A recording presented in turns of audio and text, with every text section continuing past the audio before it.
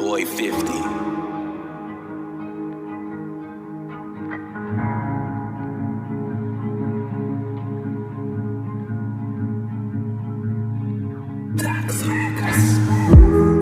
Gerekten Qo'halmag'il Gerekten Yanımda qalmang manisi yo'q.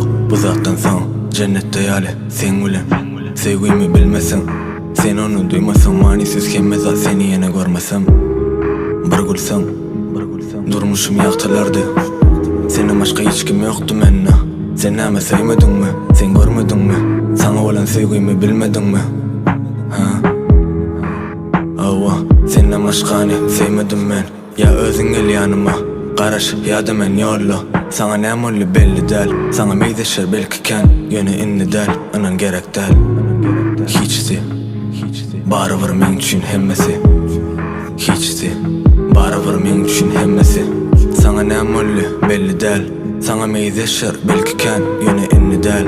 Anan gerek del. Hiçsi barıvır men üçün hemmesi.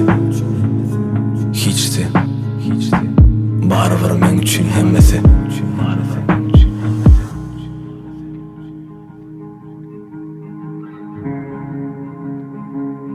Barıvır men üçün hemmesi.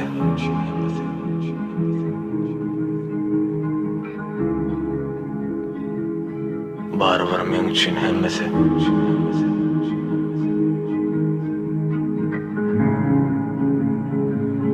Men üçün hemmesi. Barıvır. Koy gitsin deydiler unut şonu. Kemmezat geçip biler näme üçün. Entagim geçen ok menden yönü giden ok yüz geçin gözden. Sonumuz nerede şo önkü yerde men. Sorap göreylerden senden son. Anan durmuşa girmedi hiç kimem. Havazizim sözüne qaytala. Ya da ber yıkılan gönlümü qaytarıp izina. Başarmarsın sen onu men bilen. Sevgimi ölürdün gömyan sen meni. Çıqılğı yok, gerekler duygular çıkarma yok. Yatlatman şonu, seyenak yok. Qaharlı del şun, şun için okama qaharlı setirleri. Gurlu pikirlenip, azıcık ken del. Sen ervet qizam del, yöne yanlıştın. Sebebi sayladın ervetleri. Yöne yanlıştın.